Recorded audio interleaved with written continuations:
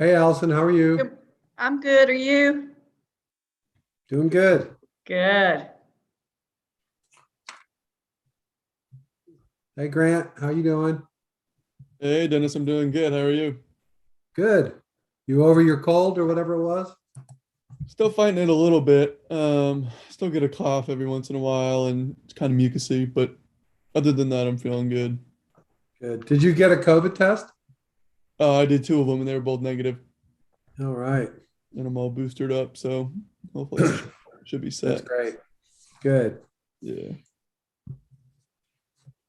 All How's your right. team doing from the challenge? I've been meaning to ask. What, The the the golf team? golf ball? Yeah. They just disappeared. As far as I know, they're not doing anything. Oh, really? Yeah. I mean, I haven't heard a word. That's disappointing. Yeah. It actually happens quite a bit in that competition. Um, where the companies just kind of disappear. It's too bad. Yeah, no. So do they won 5,000, didn't they? Or Yeah. so do they just get to keep it, or do they not Yeah. take? There's no requirement that I'm aware of. Mm. Hey, Kime, how are you? Hey, I'm doing well. I hope you and Grant are. Had a great weekend. Yeah, yeah, just another sunny day, last 2 months, every day, 70 and sunny. It's crazy. I'm loving it though. Yeah, I can handle it too. It's all right with me. I feel like I moved to California, Yeah.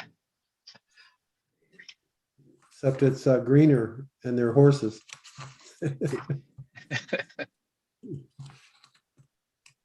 Are you doing a lot of shows, Kime? Actually, I've got my fourth one scheduled for this Friday at 7 o'clock. So So you mean, is that one of the live things like Pop Shop yep, Live?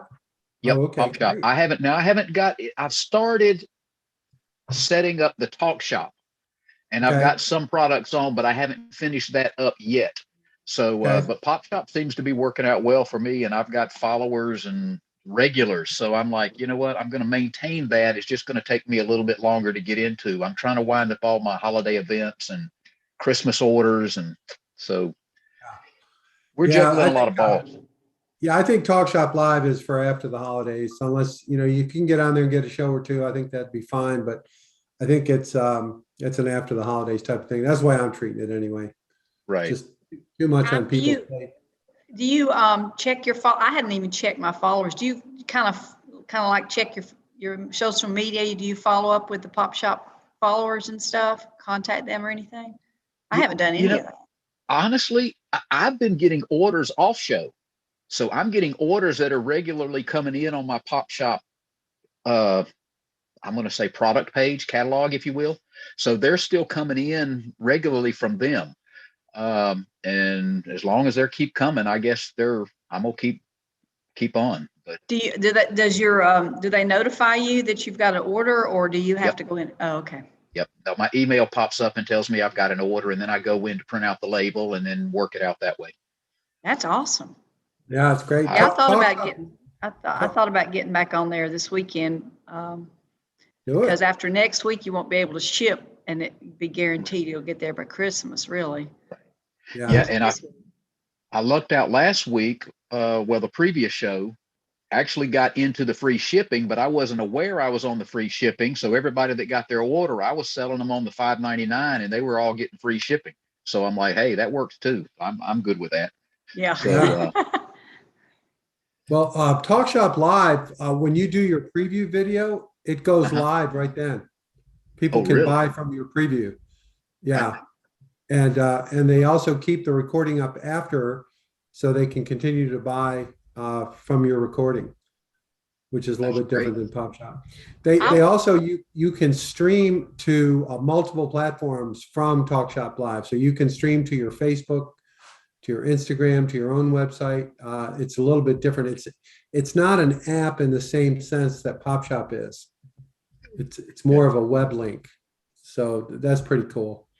Yeah. I watched Trisha Yearwood. I was just kind of watching some of the shows just to sort of check out the format.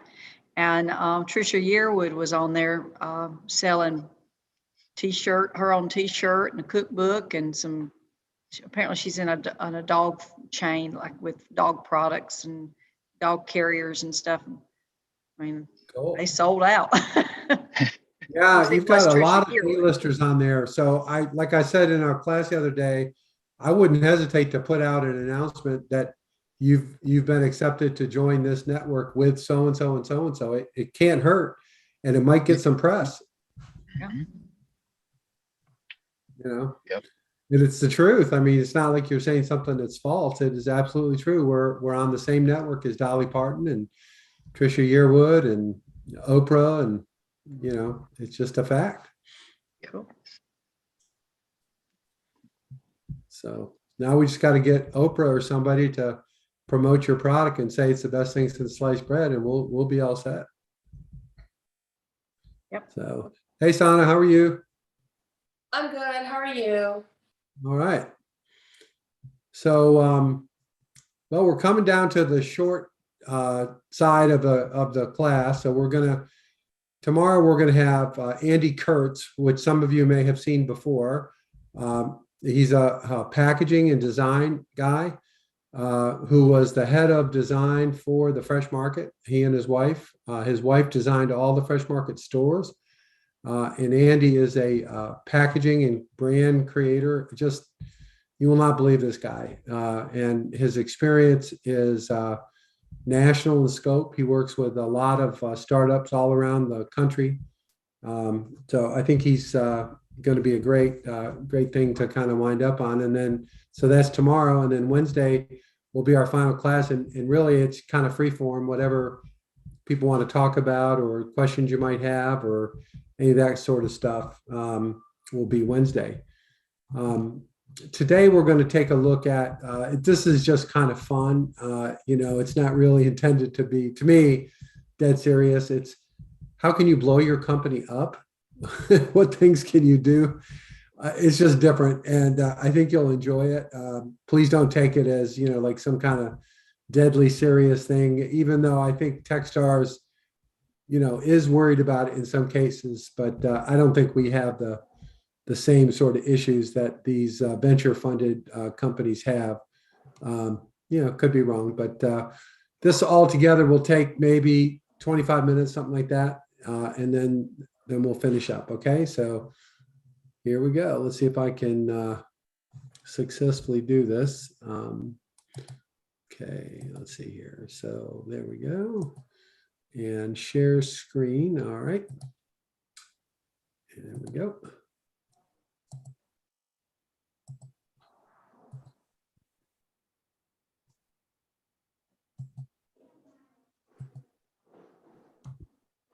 So when I first gave this talk, it was called 12 Ways to Blow Up Your Company. And then as you for those of you who don't know me, you're probably getting to know that I like to have fun and life's too short to be boring. So I later called it 14 or 15 ways to fuck up your company, because after you guys innovated a few more ways to fuck things up, I got frustrated.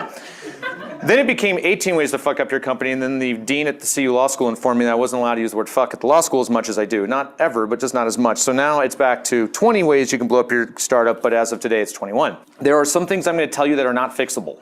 So there are several of these mistakes that if you make them, it might be game over for your company. There are a lot of these that some are fixable, but all of these are really painful. And all of these things will blow up your company if you have committed them. As with every year, some of you have committed some of these already. As with every year, some of you have committed the ones that can't be fixed. With that being said, with no further ado, drum roll please. First thing you can do to screw up your company is pick a bad idea. Now, all of you are like, well, duh, that one's pretty easy. Well, stick with me for a second. Picking a bad idea isn't picking a bad idea. What's the name of your company again? The health? Orderly Health. Orderly Health. So, sounds like a good idea. I mean, it was good enough to get into Techstars, right? But if you're not super passionate about it, like you have to solve this thing, or you're in it for the money, or because you couldn't get a job and you happen to get into Techstars, it's already game over. And I'm surprised at how many entrepreneurs create companies and come up with ideas for the wrong reasons. If you're there, it's already game over. I can't help you. Hopefully it's not. If nothing else, use this as a filter if you decide to bring on another co-founder or other partners, that they're here because they cannot sleep until they fix this problem. They're not here for the paycheck. If you don't know your business model, you're sunk, which probably should just send a shiver down all of your spines going, oh my God, I don't know what I'm doing. It's all right, but always have an opinion. It's okay to have an opinion in your business model and know it's wrong. But there's so many startups that don't even have an opinion. The answer is advertising. Wrong. Like, wrong. If your business model is advertising, please leave the room now. Because it doesn't matter until you've reached such scale and none of you are there. So you're dead. Have an opinion. It will change. They always do, but always have a way to make money. The idea of we're just going to acquire a lot of users and we're going to figure it out later, it's a pretty dangerous strategy. See Twitter. Yeah, right? That's really, really tough. This next one's a disease, and this one's not having defined goals and not knowing how to define success and not holding yourselves accountable. This is a disease that if your company gets, it's really hard to get out of. There's also no pill for this yet. At this point in your company's life cycle, I would have goals every week of what you're trying to do. Every week. I'd write them somewhere. This is what we're going to get done this week. And then every Friday afternoon or Saturday afternoon or Sunday afternoon, whenever your week ends, you sit and you look at the goals and you say, which ones do we get done? If you got them all done, awesome. Next week, let's push a little harder. You got some of them done. Why didn't you get some done? Was that out of your control? Did you get lazy? And I don't mean lazy, didn't work hard enough, but did you get lazy and just not keep yourself focused? Did something happen that changed the goal and it should have changed and you did the right thing? You got to look back. Some of these teams that I see that start off, you just run, and you don't ever stop and look around and say, hey, how are we doing? I mean, there's a natural endpoint here at demo day to do that, but I think you need to do it literally on a weekly or bi-weekly basis and hold yourselves accountable. If people in your team aren't getting the job done, you got to hold them accountable. If you're not getting the job done, you got to hold yourself accountable. Maybe it means you need to change your goal, change your idea, but find out why you're not being successful. And that doesn't mean every week make excuses. This means every week set reasonable goals and hit them. You also must continue to test your hypotheses. Everyone in this room has some hypotheses about why they've created something cool and innovative. You figured out, hey, wait a minute, there's a bust in the market. I'm going to fix it. All of you guys are trying to fix something that's broken. Those are all based on a certain set of hypotheses. Those core hypotheses, you need to stress test all the time. Make sure that something hasn't changed in the market or in competitor or something that has changed everything. Most of you won't have this problem because of what you're doing, but there's companies, for instance, the drone company, goodness gracious, some ornery regulator wakes up one day, your whole company's dead. Of course, so is mine 3DR, but hey, we can drink beer and cry together. Think about how things are going. Be on top. I assume you're part of the Drone Foundation or at least know about them. If you don't, let me introduce you and make sure that you guys get in there so you can see what the latest, greatest things that the country is saying about drones. But make sure you're always testing your hypotheses. Similarly, screwing up your IP, your intellectual property, this is a huge one. Don't go blabbing people the secrets of your intellectual property. Be careful who you talk to. I hate to say it, but we've had a team here who went to a bar here in Boulder and started talking about their idea, and the person at the bar went home and filed a patent the next day on it. Oh shit. Be really, really freaking careful. Now, this doesn't mean walk around with a little bitty NDA saying, yeah, would you have a beer with me? Here's an NDA. Not cool. Not cool. That screams loser. But be careful. Not everybody has their heart in the right place. Be very careful of the reputation constraints of who you're dealing with. In other words, if you're talking to somebody new, figure out why their reputation to them matters enough that they will not screw you over. I.e., this is a Techstars mentor. If they screw me, Techstars will throw them out of the program. Yeah, that seems like that they'll probably behave correctly, right? The question I get asked the most by entrepreneurs is, Jason, I don't want to talk to VCs because I'm scared you're going to steal take my idea and steal it and start your own company. For me, my constraints for my reputation are I'm more constrained than somebody who nobody knows, right? If I do something wrong, it's front page news. Make sure that the people you're dealing with have similar constraints that they're going to behave correctly.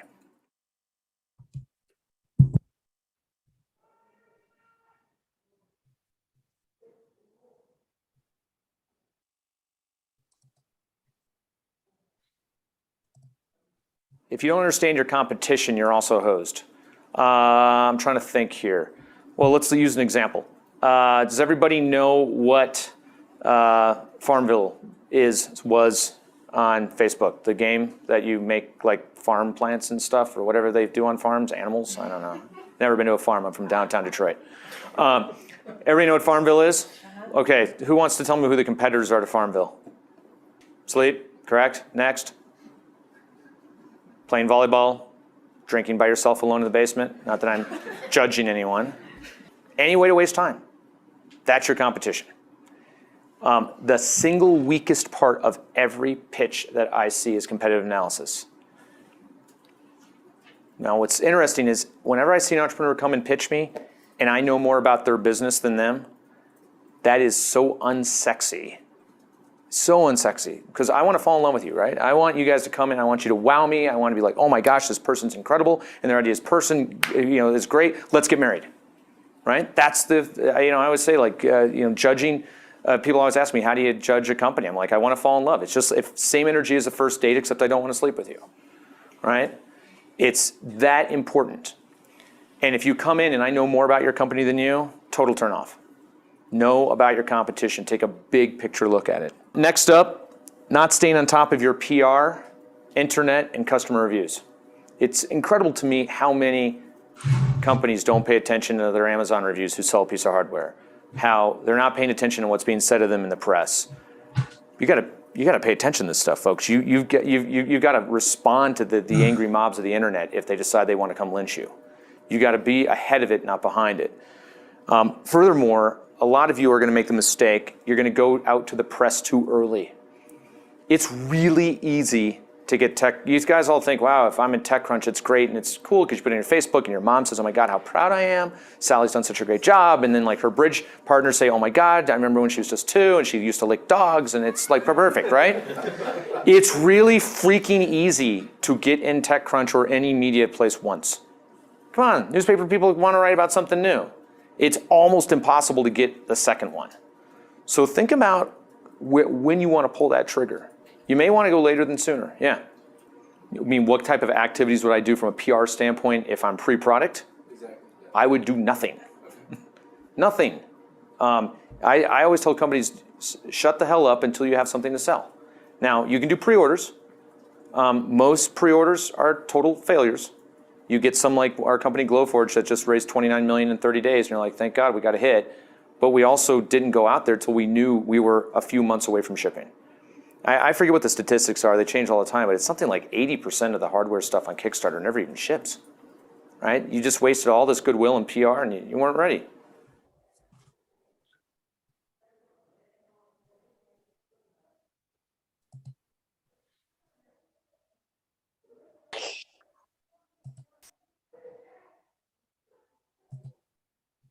If you pick a bad first 2, 3, 4 employees, it's also game over. Now, the first couple employees we all know, or you should know, are going to set the culture of your company.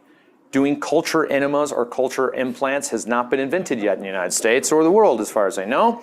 So once you have a culture, it's like a prize on the Wheel of Fortune, it's yours to keep. You may be asking yourself, how do I hire a good employee if I have no money? I've got my Star Power note, I haven't raised much money.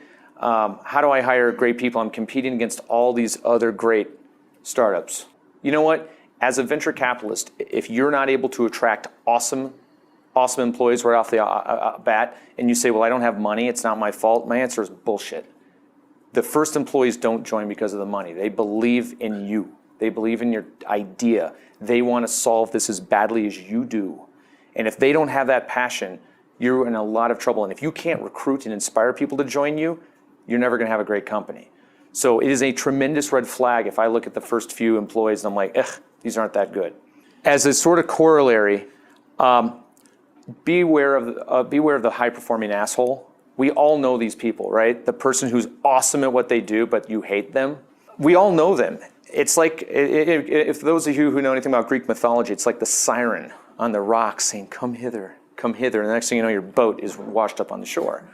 These people are never the right people to hire. Never hire the high-performing asshole. Moving on to, this is sort of, we'll go to the cost side. If you staff up too quickly and hire ahead of revenue, you're also dead. The number one job of a CEO is what? Get money in the door. You say get money in the door. What else? There we go. The number one job of the CEO is not to run out of money. Because what happens when you run out of money? You're dead. Well, you don't, I mean, not in this country. Maybe in like Russia, probably run out of money, you're dead. No, seriously, what happens when you run out of money? Everybody loses their jobs. All those people you hired, shitty as you feel, guess what? Those people all have to go home and tell their spouses and kids they don't have jobs anymore. And guess what? That's your fault. So don't run out of money. That's your number one job. But part of this is people who hire too quickly. They staff up too quickly. They do expenses too quickly. And it happens all the time. The one that we see a lot is the CEO who's having trouble selling their blah, whether that's software or a widget or whatever. And so what do? Since they're having trouble selling it, you go hire a sales company. Yeah, and how does that work? It doesn't. If the CEO and the founders cannot sell the product, there is no salesperson in the world. So if I was a founder and I said, hey, I got this great product, and you say, great, have you had any luck selling it? And I say, no. Red flag? Totally. Move on to another company? Yep. Thank you. Yep. So the corollary is the salesperson you can hire when you can't sell anything sucks. It's not you.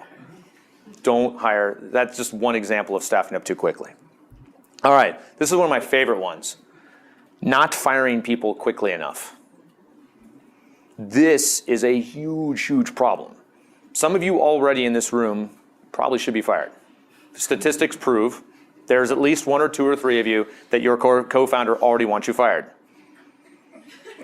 No co-founder or CEO has ever said, damn it, I wish I hadn't fired John so soon. That has never been said. The other thing that's never been said is, damn, I wish I hadn't broken up with my girlfriend too soon. Also has never been said. I always tell people, if there's anything you remember about this point is once you fall out of love, you never fall back in. Ever. Ever, ever, ever. If you fall out of love with someone in your company, you must break up with them.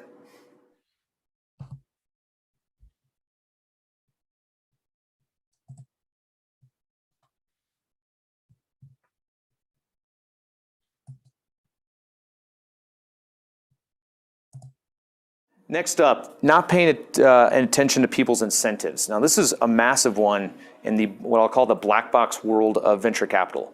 I'm going to give you a hypothetical. You got to pick the answer. Hypothetical, you're raising $1 million.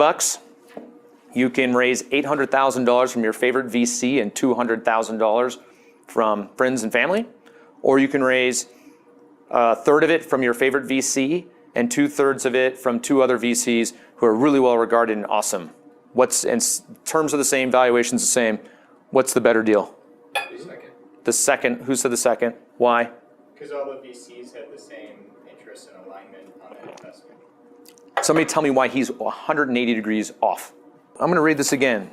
Not paying attention to other people's incentives. You're all internalizing it. You're all selfish bastards. What are my incentives? So if I've got 800,000, I have more money in. So my bosses, my investors, are going to be like, hey, that's a lot more than $300,000. Are you paying attention to this? Second, if there's 3, who plays doubles tennis? Anybody ever play doubles? Anybody watch doubles? Come on. What you guys, God, you guys are wimps. It's not like I asked you what's your social security number or if you'd like to go out with me tonight. I fucking asked you if you're playing tennis. And you're like, tennis, doubles tennis. What happens when the ball goes right down the middle line? You both go for it. Or you both look at it. But either way, bad outcome. When you've got 3 VCs on the board, what happens? Probably, look, we're all busy. Shit, if I can freeload off those 2 guys, awesome. You get total apathetic. Nobody owns it, right? You want to have a lead investor. That's called paying attention to my incentives. Now, you did mention something that was the wrong answer for the question, but something you said it depends where a VC is in their life cycle. If I'm a first-year if I've just raised Foundry Group 2016, you be invested with Foundry Group 2016 or Bullet Time Ventures 2012. Just based on the years, which fund might be more appealing to you? 2016, why? Because you have more time to get to your... Because I just raised the fund. My investors aren't expecting money back for 10 years. The clock hasn't started ticking for me. What about 2012? Anybody know the clock's ticking. Anybody know how long a venture fund lasts? 10 years. There you go. I need to have an exit. If I'm a 2012 fund, I need an exit quick. And the list keeps going. What are the incentives of VCs now that the markets are cratering? Well, how does that affect you? Well, let's see. We know that the top of the market, all the unicorns are dying. So that means all those VCs are taking a bath, which means they're going to just run out of the market and say, oh my God, we're scared. So that means the VCs that do the stage below them, they've got nobody to fund their companies. So if they don't have enough money to fund their companies, all those companies are going to die. And how it starts feeding through the system. How long does it take to hit early stage venture capitalist? Hasn't hit us yet. Probably will. But what are the incentives? Maybe that means I can drive a harder bargain for you on valuation. Maybe it means you should raise more money to try to weather the storm. Think about these things. But the point is, when I said, it was very interesting, when I said focus on other people's incentives, y'all went introspective and said, what's up for us? That's okay. But no, you got to pay attention to other people's incentives. They're just as important as yours. All right, couple lawyer ones, because I used to be a lawyer. Don't hold it against me. I was young and I needed the money. Screwing up your cap table or who owns your equity of your company. Ooh boy, this is a big one. How do you screw this up? You send over an email saying, hey, for joining my company, I'll give you 5% of the company. You do napkin arrangements.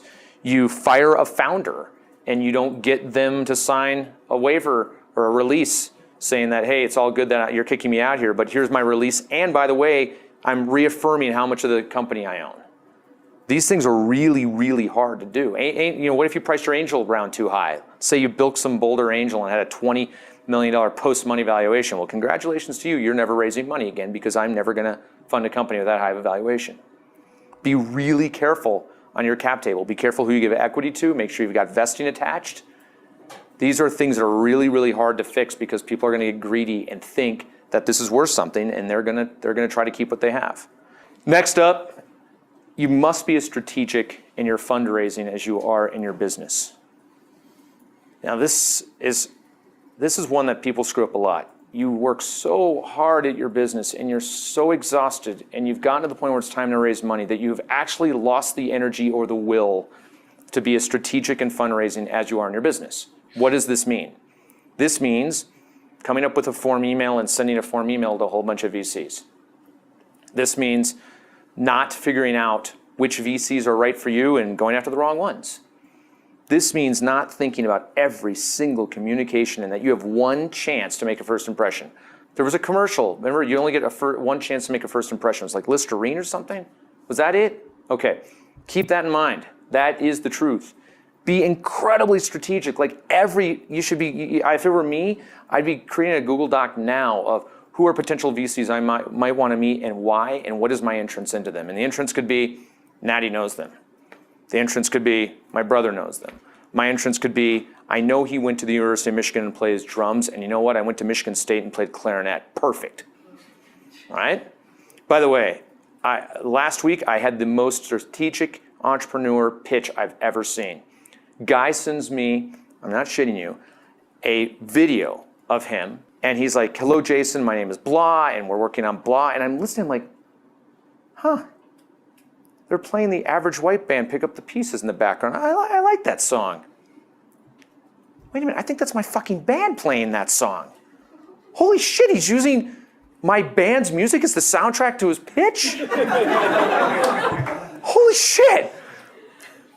And he was, and then he got to the end and he said, and just in case you want to know what it would look like for us to work together, and he flashes a picture of me on stage playing guitar, and I do this stupid thing that my wife fucking hates. She calls it my beaker face because my face inverts and I have white man's over by. It's horrendous. Thank God I'm married because I'm pretty much undateable after people see me like that.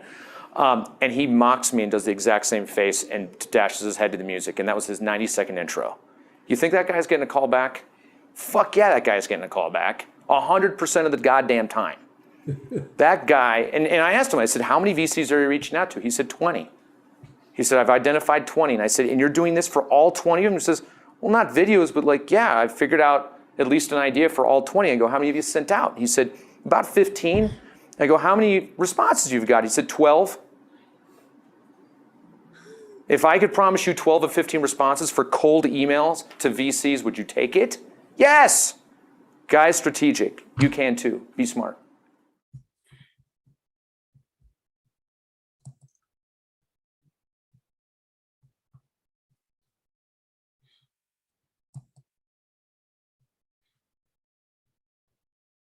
figure that you can do all the lawyer stuff later. This is a dangerous one. I'm broke. I don't want to hire a lawyer. Trust me, none of us want to hire lawyers. Apologies to the lawyers in the room. They're expensive. Well, I'll just figure this out later. I'll figure out the 83B stuff, the tax later, and all this stuff. Guess what? You can't actually do all that stuff later. There was a time where you could fix everything that you broke, but there are no longer, life is no longer that simple. Make sure you have a good lawyer from day one. By the way, who here has a good lawyer? I'll pick on you. You have a good lawyer? We do. Who is it? Charlie Knight. Okay, and why is Charlie not a good lawyer? He's good for our stage. How do you know? You ever been a lawyer? How about what? Have you ever been a lawyer before? No. So, how do you know Charlie's a good lawyer? Just sort of the due diligence. Who did the due diligence? My partner. How does she know? You ever been a lawyer, miss? I actually sat with Mike Platt and he told me that he was doing some good work for us. Yeah. And how's Mike Platt a good lawyer? You ever been a lawyer?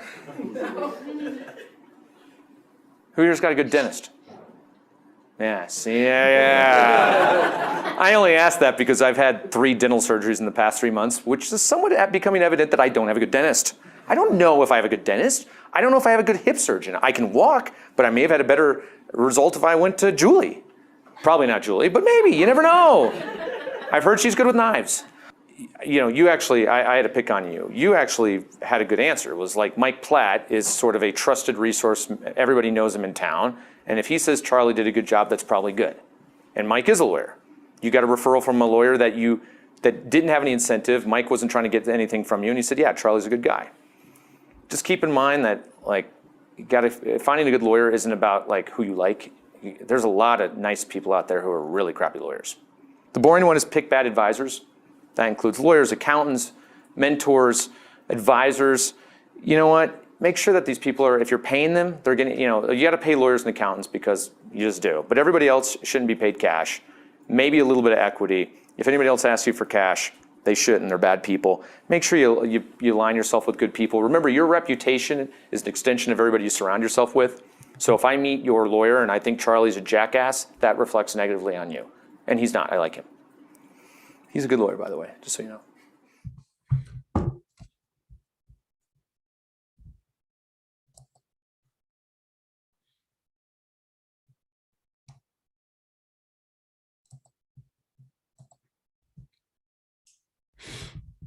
Be arrogant. Now, anybody know how long the average U.S. marriage lasts? 5 years. 5 years? Who's that cynical bastard? Next. 18 years. 7.8. It's probably why it's called the 7-year itch. Have you ever heard about the 7-year itch? Anybody know the average length of time that I spend with an entrepreneur that I invest in? 10. Ergo, I'm signing up for a relationship that lasts longer than the average U.S. marriage. If you're an asshole, or you're arrogant, or I don't think you can learn, I don't want anything to do with you either. Getting the Silicon Valley, and I'm going to pick on you, the Silicon Valley, getting the Silicon Valley hype tech crunch machine of my shit don't stink, I'm a startup god, is probably the most unattractive human being I can think of. If you want to have a real experience and start a real startup and actually do something good, don't be an asshole. Don't be an arrogant. Know what you know what you don't know. Be willing to learn and partner with people. You're not always right. Nobody is. Next up, if you can't figure out what you can control and what you can't control, your brain will blow up. So in every startup, there is what I know, there's what I know that I don't know, and what I don't know that I don't know. You can really worry about the first two, and that's okay. Those can keep you up at night. I give you permission. That I'm going to worry about what I don't know that I don't know, you got to let that go away. You don't know what Google's going to do tomorrow. You don't know what Apple's going to do tomorrow. You don't know what your competitor's going to do tomorrow. You know what? That's okay. Like, control the things you can. Maybe dip your toe in the water and try to like hypothesize about what might come down later, but try not to just let the monkey brain happen where you're worried about everything. Just worry about what you can control and control it as much as you can. Being overly emotional instead of analytical. Now, I'm not saying be a robot, although we do invest in robots with the hope that one day we can replace you all and have the robots start the startup so we can just give them the ideas. I'm totally kidding, come on. That being said, there are a lot of startup founders who are highly emotional. Some people may call them hypomanic. For those of you who have taken my class at CU, you know I love to talk about the hypomanic edge, which is a psychological study of what drives founders and what the personality type is for founders of startups, which you all are. Being an emotional, empathetic human being is wonderful. Wearing your heart on your sleeve with all of your employees and letting them ride your roller coaster that you will invariably ride as a founder is a dangerous thing. You got to be presidential. You got to be analytical. You got to be calm. You got to smooth over the rough patches for your team. If you want to come talk to, the folks who run the program or your board or even your investors and complain about how bad life is and how you're completely out of gas, that's okay. That's cool. But let's not wear this on our sleeve, let everybody else see it, because it's damaging to you and your fellow colleagues. Yeah. The question is, what's sort of the relationship between founders and the first employees, especially on an emotional level? It's usually very close. I know a few successful firms that eventually one day they start calling the first and second employee some sort of founder or telling, it wouldn't be there without you. So you make the right hire and they last, a while. But yeah, if people start feeling more like colleagues, not us and them between founders and first employees. Kind of along the scope of we were talking about pre-sales that don't follow through is don't overpromise and underdeliver. And I think most people take a wrong definition of this. They say, well, yeah, I always do what I say I'm going to do. No, I mean, you really got to say what you're going to do all the time to everyone. If you meet with a mentor and they give you great advice and you say you're going to follow up and you don't, you're dead to me. Dead to me. Now, if you don't tell me you're going to follow up and you don't follow up, that's fine. I don't care. I can use one less email. Always do what you're going to say you're doing. At the micro level, from mentors to promising employees to holding people accountable to telling the board what you're going to do and actually doing it, you have to deliver what you promise. So you know what? You're all enthusiastic. You're all founders. It's natural to have this over optimistic sort of look in the world. Don't fall into the trap, because you get one or two screw ups like that and then people just start tuning out. We don't believe anything you're going to say. It's the same thing when negotiations. I always say I do a negotiations lecture sometimes here, and I always say never make a threat you're not willing to back up, because as soon as you make a threat and you don't back it up, I know you're full of shit. This is the newest one. This was added last year.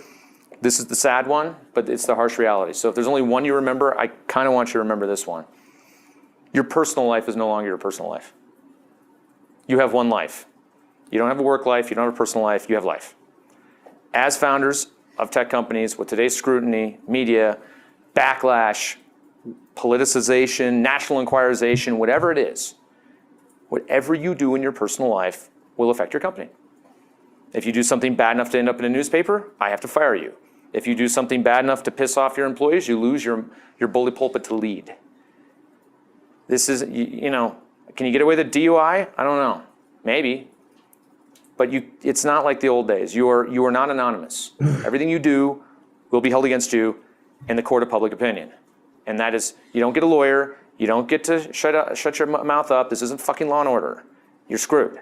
So be sure that if you're going to do this, you're a startup founder 24/7. I remember when I went to law school, they told us that we were lawyers 24/7, 365, which means when I was a lawyer, if I got picked up for a DUI, I could lose my law license. If I didn't make child support payments, I could lose my law license. If I hit somebody in a bar, I could lose my law license. Well, congratulations, startup founders. You're just like a lawyer now in that respect.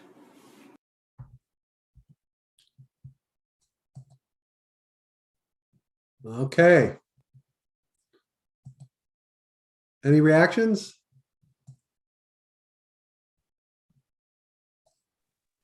I think he. He's interesting. It's pretty cool. I like him a lot. Scary, but yeah. Why? Why scary? I was actually thinking, if I'm not thinking about applying for, VCs or approaching them. I'm definitely not at that stage and probably wouldn't for this business. But if I were to, would I want to work with someone like that? I don't know, he was a little intimidating. Yeah. What do you think, Chaim? You were going to say something. Yeah, I thought it was good, and he brought up a lot of points that were spot on. I mean, things that we typically don't think about day to day or even month to month or yearly evaluations.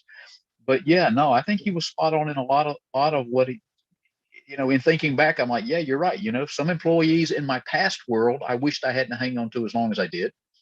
Put up with a lot of nonsense I probably shouldn't have. And those are things that I think, are building blocks to where we are today in our own business and our own lives, that we need to refocus as we move forward as to what is acceptable and what's not going to be tolerated moving on. So that was very informative, and I'm glad that he laid that out in the way he did, because it resonated well. It really did. Good. Sylvia? I took quite a few notes, and one of the notes I made was to listen to this again and again.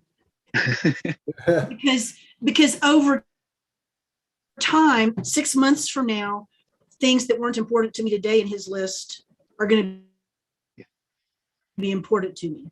And, like making sure about at the beginning, making sure about your passion and your focus and things like that. It was good things to hold yourself accountable for. And the other one is I needed a good lawyer. Remember the why? We started our whole class with why. That's Remember, right. I told you it would come up over and over and over. So Absolutely. this is what they think about, potential funders. One thing I want to say about this is I think there's a natural tendency, especially for folks like you all who are doing, some kind of consumable product like a food. You might think, oh God, I'm never going to do venture capital. That's just not, it doesn't make any sense. Well, I got news for you. The world has changed dramatically. And there's actually a whole new type of, I'm going to call them VCs. They're not really VCs. So I encourage all of you to look up a company called Thrasio. THRASIO.io is their website. And these guys are the leader in a space that basically buys, especially food companies and related, once you get to $1 million in sales, and they will pay you $6 to $9 million for your 1 million gross revenue e-commerce startup. And they're not VCs. They run brands that you would become part of their network. Currently, they have over 200 brands in their portfolio. They've only been in business 18 months. And they've raised over $3 billion to buy companies like yours. And there's about 20 companies in that space. And you'll hear them called Amazon aggregators, because they do like to buy companies that sell on Amazon. But there are companies also that buy Shopify merchants. It's just basically what they're looking for are businesses that can be scaled by adding expertise and capital. Can your business become part of a whole, like the new Procter & Gamble or the new Unilever? That's kind of what they're doing. So there's a lot out there that you may not be aware of. And it's a different, someone's asking the name, it's Thrasio, THRASIO.io. You can also put in Amazon aggregator in Google and you'll see a long list. This is a really fast growing area, but it's because of the pandemic, there were so many more people shopping online that it's opened up a whole new category of exits and of outside capital that goes beyond, the typical technology VC. That's so yesterday. It's really, really dramatically changed. And there's opportunity for a lot of companies that there traditionally had not been. So part of my motivation in showing you this stuff is to let you know that you too are in a position to exit someday or merge or get larger, or you buy other companies. There's tons of options out there that you may not be aware of. But if you follow some of this advice, don't get in trouble, have a good lawyer, a good advisor. These are all things that can help you no matter what direction you go. These are all helpful attributes to have. So don't put yourself in a box where you think you can predict the future, because you're wrong. It's not true. You might be right or you might be wrong. But I think if you have the building blocks with a proper advisor, you have the proper infrastructure for your business, whether it's Shopify or these video things that we're doing, good email marketing, all those kind of basic steps, you will be in a position someday to to leverage that. And particularly, maybe you want to go do something else. Maybe you don't want to keep doing what you're doing now. So that's perfectly fine. Typical startups today, the startup guy will do 5 to 7 startups in their working life. That's the average, believe it or not. And that could be you. Could happen to you. You may not be able to see it from where you're at right now, but I see it, and I know it can happen. So, well, that's all I got. Anybody want to comment in general about that? I have a question. Yeah. So, in what stage of your business, or maybe in your like your emotional level or your personal level or maybe business level, when are you ready for a VC? When should you go for it?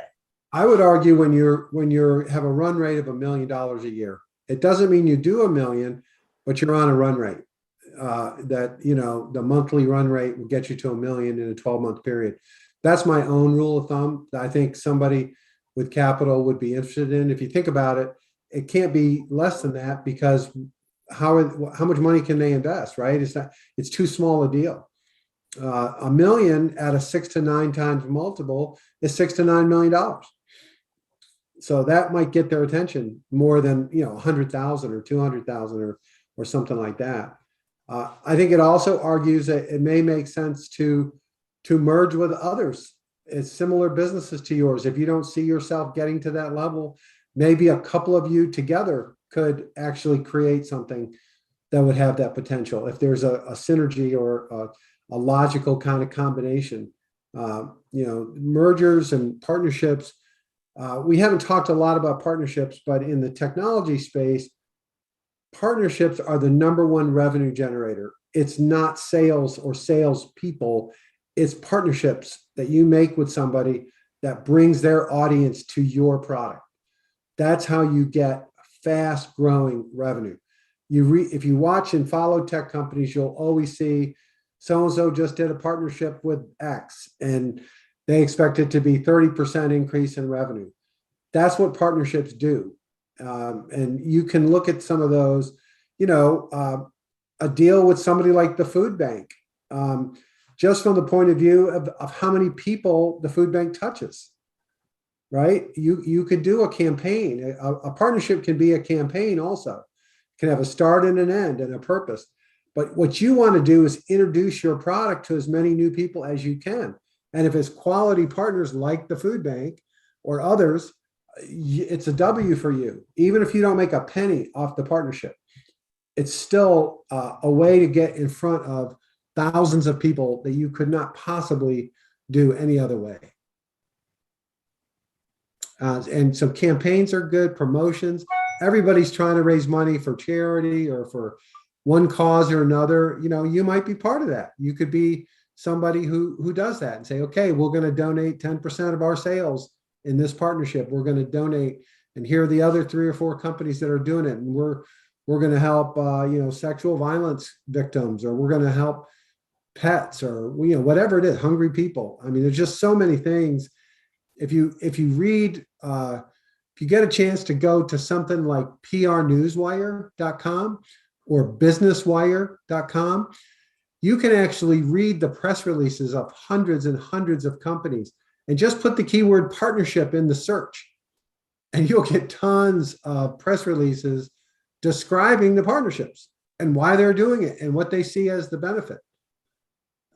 You can even just put it in Google, partnerships between companies, in quotes, in Google. So lots of different ways you can research this and learn about it. But there's a lot of opportunity out there. Everyone's trying to do the same thing. They're trying to get new customers. But in your case, you want it to be a quality customer. You want to be associated with quality brands, quality people. You don't want to be put in some bucket that's unfavorable, because of, don't do a deal with porn websites. Okay. That's probably not a good idea. Might get you some traffic and some business, but you know what I'm saying. So anyone else got any thoughts? All right. Well, don't miss Andy tomorrow. If you have any questions about packaging or thoughts or opinions or want to know what's happening in that space, this guy is the goat of packaging and branding. He's really, really good. And he's a sweet guy, gentle guy, not a hardcore, hard charging kind of guy at all. I think you'll really enjoy his visit and his comments. And he's helped a bunch of people in this program. He's redesigned a bunch of packages. He's done a lot of really cool stuff for people in this class. So he's affordable. He's not cheap, but he's affordable. But more importantly, he knows what the hell he's doing, which I think is really saying something. Okay. Well, that's all I got. Unless somebody has something else, I'll bid you adieu until we meet again.